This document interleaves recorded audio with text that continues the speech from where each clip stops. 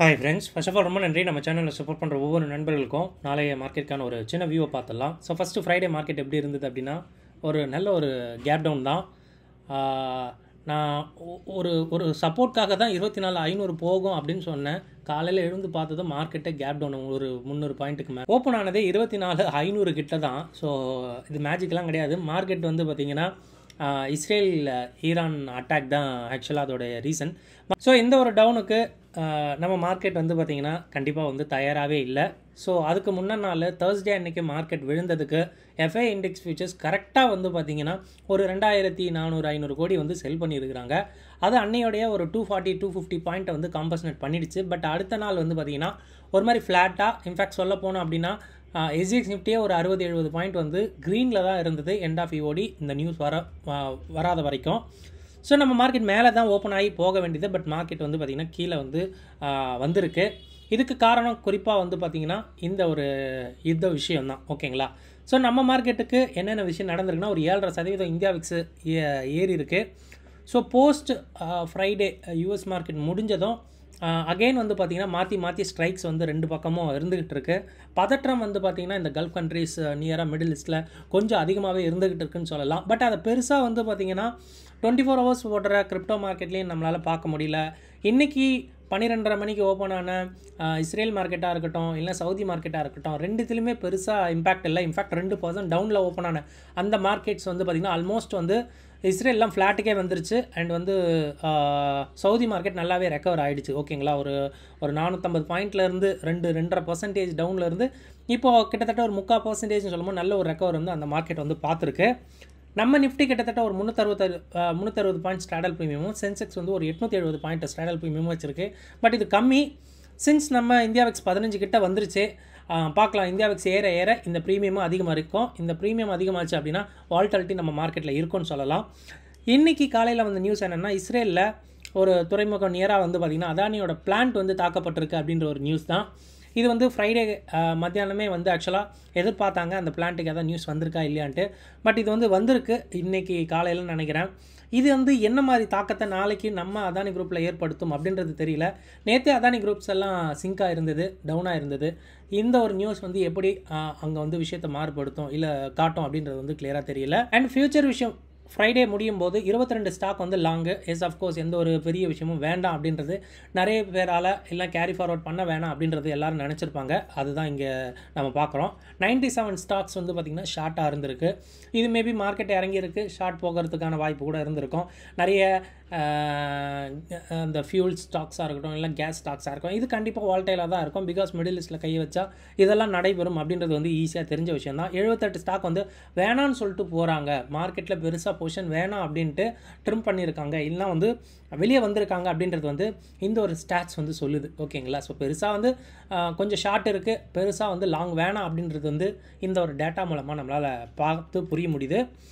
And சென்செக்ஸோட ஸ்ட்ராடல் premium பார்த்தோம் அப்படின்னா Friday of course நல்ல ஒரு வால்டைலான விஷயந்தான். ஏன்னா மார்க்கெட் வந்து பார்த்திங்கன்னா எதிர்பார்க்காத மூவ் தானே. ஸோ ஃப்ரைடே வந்து மார்க்கெட் ஓப்பன் ஆனது எதிர்பார்க்காத மூவ் தான். ஸோ பட் ஸ்ட்ராடல் ப்ரீமியம் வந்து பார்த்திங்கன்னா நல்ல ஒரு டிப்புக்கு வந்துட்டு அகெயின் வந்து பார்த்திங்கன்னா எண்ட் ஆஃப் இஓடி ஏறி இருக்குது. இது மார்க்கெட்டில் கண்டிப்பாக வீக்கெண்ட் இல்லை அதாவது நியூஸ் வரும் அப்படின்னு சொல்லிட்டு கூட இந்த ஒரு ஸ்லைட்டாக ஒரு 830 வரையும் வந்த ப்ரீமியம் வந்து அகெயின் வந்து ஒரு 40 ப்ரீமியம் வந்து ஏறி முடிஞ்சிருக்கு. பார்க்கலாங்க. ஸோ நாளைக்கு மேபி வந்து எனக்கு இதே ஒரு 700 to 850 நாளைக்கு ப்ரீமியம் வந்து எக்ஸ்பைரிக்கு கேரி ஃபார்வர்ட் பண்ணப்படும். எக்ஸ்பைரி நல்ல ஒரு வால்டைலாக இருக்கிறதுக்கான வாய்ப்பு நல்லாவே இருக்குது. அண்டு சென்செக்ஸில் ஆப்ஷன் செயினில் 81-100 அட் த மணி இருக்குது. ஸோ நியராக வந்து ஒரு 870 பாயிண்ட்னு சொல்லும்போது மேலே கீழே ஒரு 900 பாயிண்ட்டுக்கான மூவ் எதிர்பார்க்கலாம். ஸோ ஸ்கியூவை பார்க்கும்போது ஃப்ளாட் டு அப்சைடு மாதிரி தாங்க தெரியுது. ஸோ விட்டால் மார்க்கெட் வந்து கொஞ்சம் ரெக்கவர் ஆகுது, இல்லை இங்கே கொஞ்சம் நியூஸ் கொஞ்சம் ஷட்டில் ஆகுது, எஸ்கலேஷன் நியூஸ் கொஞ்சம் தனிது அப்படின்னா நம்ம மார்க்கெட்டில் வேகமாக வந்து ரியாக்ட் பண்ணி மேலே போகிறதுக்கான வாய்ப்பு ரொம்ப ரொம்ப அதிகமாக இருக்குது. அதுதான் இந்த ஐவியுமே சொல்லுது. பார்க்கலாம். பட் ஸ்கியூ வந்து பார்த்திங்கன்னா ஒரு ஃப்ளாட் டு அப்சைட் தான் அப்படின்ற மாதிரி தான் கிளியராக சொல்லணும். அண்ட் எஸ்ஜிஎக்ஸ் நிஃப்டி ஒரு 100 பாயிண்ட் வரையும் க்ரீன் இருந்தது ஃப்ரைடே நைட்டு. ஸோ அங்கே ஃப்ரைடே நைட் வந்து பார்த்திங்கன்னா அங்கே இன்னும் அடிச்சுக்கிறாங்க அப்படின்னு தெரிஞ்சதும் யூஎஸில் ஃபியூச்சர்ஸும் யூஎஸ் மார்க்கெட்டுமே இறங்கி முடிஞ்சிருந்ததுனால நம்ம அந்த 100 பாயிண்ட்டுமே மார்க்கெட்லேருந்து காணோம் அப்படின்ற மாதிரி தான் சொல்லணும். ஃப்ளாட்டாக வந்து இருந்திருக்கு. எஃப்ஐ இண்டெக்ஸ் ஃபியூச்சர்ஸில் ஒரு விஷயம் வச்சுருக்கான். என்ன அப்படின்னா, நேற்று இறங்குனது 160 பாயிண்ட்டுக்கு 170 பாயிண்ட் இறங்கியிருக்கு.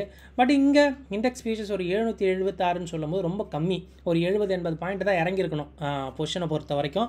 பட் இங்கே 170 பாயிண்ட்டுன்னு சொல்லும் போதே அதனால தான் 100 பாயிண்ட் எஸ்ஜிஎக்ஸ் நிஃப்டி கூட ஏறி இருந்திருக்கு, இல்லைனா ட்ரை பண்ணியிருக்கு.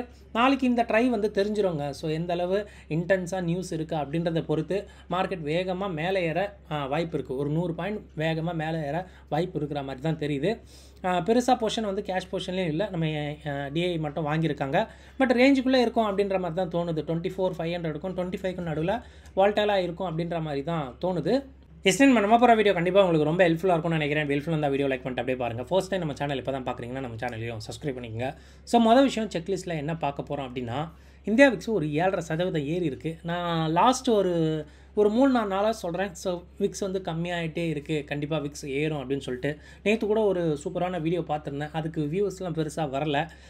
ஆக்சுவலாக அந்த வீடியோலாம் பாருங்களேன். ஸோ இப்போ நீங்கள் பிகினராக இருக்கீங்க, இல்லை நீங்கள் ட்ரேட் பண்ணுறீங்க அப்படின்னா அந்த மாதிரி வீடியோஸ் தான் உங்களுக்கு ரொம்ப வந்து சப்போர்ட் பண்ணோம். ஏன்னா அதில் நான் ஐபிஐ பற்றியும், அதாவது இந்தியா விக்ஸை பற்றியும், ப்ரீமியம் டிகே பற்றியும், ஸோ எப்படி வந்து அந்த டிகே அதாவது பார்த்திங்கன்னா வாலட்டிலிட்டி எப்படி வந்து பார்த்திங்கன்னா ரைஸ் ஆகுது, எப்படி கம்மியாகுதுன்னு சொல்லிட்டு ஒரு எக்ஸ்ப்ளனேஷன் கொடுத்துருப்பேன். தயவு செஞ்சு அந்த வீடியோலாம் பாருங்கள். நீங்கள் பிகினர் அப்படின்னா அது 2 வருஷத்துக்கு அப்புறம் தான் உங்கள் கண்ணில் படம்.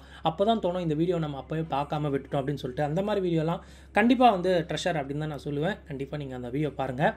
அண்ட் நிஃப்டி ஸ்ட்ராடல் கிட்டத்தட்ட ஒரு 360 பாயிண்ட் வந்து வச்சிருக்கு. சென்செக்ஸ்க்கு வந்து ஒரு 870 பாயிண்ட் வச்சிருக்கு. ஸ்கியூ வந்து சொன்ன மாதிரி தான் ஒரு ஃப்ளாட் டு அப்சைட் தான். மார்க்கெட் எப்போனா மேலே ஏறும் அப்படின்ற மாதிரி தான் இருந்துகிட்டு இருக்கு. பெரிய அளவு நேற்று வந்து ஸ்ட்ரைக் அப்படின்னு சொன்னால் கூட ஃப்ரைடே அந்த அளவுலாம் ரொம்ப பஞ்சியாக வந்து ப்ரீமியம்லாம் ஏறிச்சா அப்படின்னு கேட்டிங்கன்னா அதெல்லாம் கிடையவே கிடையாது. அது வந்து சொல்லி தான் ஆகணும். ஸோ டெக்னிக்கல்ஸாக பார்க்கும்போது லாஸ்ட் 2 டேஸோட ஐஎன் லோஸ் எடுத்துங்க. அது பிரேக் அவுட் பண்ணும்போது மார்க்கெட் நல்லாவே வந்து பர்ஃபார்ம் பண்ணோம். பிபி டைனமிக்கோட அந்த ரெசிஸ்டன்ஸ் அண்ட் சப்போர்ட்ஸை யூஸ் பண்ணுங்கள். கண்டிப்பாக டெக்னிக்கல்ஸ் பெருசாக ஒர்க் ஆகுமா அப்படின்னு கேட்டிங்கன்னா கொஞ்சம் டவுட் தான். பிகாஸ் இது நியூஸ் பேஸ் மார்க்கெட் அப்படின்றதுனால அதை மட்டும் தெரிஞ்சுங்க. And data for option traders விஷயத்தில் எல்லாமே டவுனு தான். மார்க்கெட் இறங்கியிருக்கு. நிஃப்டி ஓப்பன் இன்ட்ரெஸ்ட் நிறையவே ஏறி இருக்குது. ஸோ கண்டிப்பாக இது வந்து ஷார்ட்டாக இருக்கும் நிஃப்டி அப்படின்றது மட்டும் தோணுது. அண்ட் பேங்க் நிஃப்டி 1% இறங்கியிருக்கு. ஓப்பன் இன்ட்ரெஸ்ட்டு ஏறி இருக்குது, ரொம்ப அந்த அளவு இல்லை, பட் 52,000 குவான்டிட்டி ஏறி இருக்குது. இந்த பாயிண்ட்டுமே ஒரு மாதிரி ஃப்ளாட்டாக தான் இருந்துகிட்டு இருக்குது. ஷார்ட் இருக்கலாம் அப்படின்றது தான். மிட் கேப் நிஃப்டி நல்லா இறங்கி ஒரு 200 பாயிண்ட் வந்து ரெக்கவர் பண்ணியிருக்கு த்ரூ அவுட் இன்ட்ராடேல. இது நல்ல விஷயமா பார்க்கலாம். 19,000 குவான்டிட்டி வந்து பார்த்திங்கன்னா ஷேட் ஆயிருக்கு. இந்த பாயிண்ட்டும் இன்க்ரீஸ் ஆயிருக்கு. ஸோ மிட் கேப் வந்து கொஞ்சம் நல்லா இருக்குது அப்படின்ற மாதிரி பார்க்குறேன். அப்படியே பிசிஆரை பார்த்தோம் அப்படின்னா நிஃப்டி கொஞ்சம் இம்ப்ரூவ் ஆயிருக்கு, பேங்க் நிஃப்டி கொஞ்சம் ஸ்ட்ரிங்காக இருக்குது, அண்ட் மிட் கேப் நிஃப்டி நல்லாவே இம்ப்ரூவ் ஆயிருக்கு. ஸோ இதே நம்ம வந்து பார்த்திங்கன்னா பார்க்கணும். ஸோ குளோபலாக பார்க்கும்போது யூஎஸ் ஃபியூச்சர்ஸ் எண்ட் ஆஃப் யூஓடியில் இறங்கி தான் முடிஞ்சிருந்தது அப்படின்னு மட்டும் தெரிஞ்சுக்கோங்க. இஸ்ரேல் மார்க்கெட் வந்து ரெக்கவர் ஆயிருக்கு, 2% டவுன்லேருந்து ஃப்ளாட்டுக்கு வந்துட்டான். அண்ட் சவுதி மார்க்கெட்டும் வந்து பார்த்திங்கன்னா ஒரு 2-2.5%லேருந்து ஒரு 3/4% வந்துட்டான். அவனும் ரெக்கவர் ஆகிட்டான் அப்படின்றது தான் சொல்லணும். ஸோ ஃப்ரைடே ஈவினிங் நம்ம மார்க்கெட்டில் ஒரு நல்ல விஷயம் என்னென்னா எஃப்எக்ஸ் ரிசர்வ் வந்து நல்லாவே அதிகரிச்சிருக்கு. கிட்டத்தட்ட 696 பில்லியன் வந்து அதிகமாக இருக்குது. இது லாஸ்ட் வீக் கம்பேர் பண்ணும்போது ஒரு 4-4.5 பில்லியன் வந்து இன்க்ரீஸ் ஆகிருக்குங்க. இது வந்து நல்ல விஷயமா இது வந்து பார்க்கலாம். அண்ட் போஸ்ட் யூஎஸ் மார்க்கெட்டுக்கு அப்புறம், அதாவது யூஎஸ் மார்க்கெட் க்ளோஸ் ஆனதுக்கப்புறம் மாறி ஸ்ட்ரைக்ஸ், அதுக்கான நியூஸஸ் வந்து அதிகமாக பார்க்குறேன். பட் இந்த ஸ்ட்ரைக்ஸில் கூட கிரிப்டோவோட மூவ் வந்து ரொம்ப ஸ்டேபிளாக ஷட்டிலாக இருக்குது. கொஞ்சம் யோசிக்கணும், இது வந்து மார்க்கெட் வந்து ரிவர்ஸ் ஆகுமா? ஸோ ஏதாவது நியூஸ் வந்து கொஞ்சம் தனிகிற பட்சத்தில் வேகமாக மார்க்கெட் மேலே போக ரியாக்ட் பண்ணும் அப்படின்றது வந்து எனக்குள்ளே தோணிக்கிட்டு இருக்குது. ஸோ நம்ம மார்க்கெட்டும் இந்த நியூஸ் இருக்கிற வரைக்கும் கொஞ்சம் வால்டைலாக இருக்க வாய்ப்பு. பட் மார்க்கெட் வந்து பார்த்திங்கன்னா நம்ம மார்க்கெட் இந்த நியூஸ் எல்லாம் கொஞ்சம் ஷட்டில் ஆகுச்சு அப்படின்னா நம்ம மார்க்கெட்டும் வேகமாக மேலே போக வாய்ப்பு. அது மட்டும் கொஞ்சம் புரிஞ்சுக்குங்க. டோட்டல் கன்க்ளூஷனாக பார்க்கும்போது யாருமே இந்த யுத்தத்தை வந்து எதிர்பார்க்கல, அது அப்படின்னு தான் நம்ம சொல்லணும். இதுக்கு வந்து எதிரும் பார்க்கல, இதுக்காக ரெடியும் ஆகலை அப்படின்றது தான் சொல்லி ஆகணும். நம்ம இந்தியா விக்ஸ் ஷூட்டப்பாக இருக்கிறது ஒரு ஷார்ட் டேர்முக்கு வால்டைலாக இருக்கும் அப்படின்றது தான் இது வந்து சொல்லுது. பட் ப்ரீமியமில் எனக்கு தெரிஞ்சு ரொம்ப பஞ்சியான, ரொம்ப நல்ல ப்ரீமியம் அப்படின்ற மாதிரிலாம் கிடையாது. நிஃப்டி ஸ்ட்ராடல் ஒரு 400-420 போச்சு. பட் அகைன் 380ன்னு சொல்லும்போது ரொம்ப அதிகமான அளவுலாம் இல்லை. பார்க்கலாம், ஓகேங்களா? ஸோ இதெல்லாம் ஆல்ரெடி அவைலபிளாக இருக்க விஷயம் தான். உங்கள் ஓன் அனாலிசிஸ்க்கு அப்புறம் உங்கள் ட்ரேட் எடுங்க. இந்த வீடியோ பார்த்ததுக்கு ரொம்ப நன்றி. தேங்க்யூ. ஜெய் ஹிந்த்.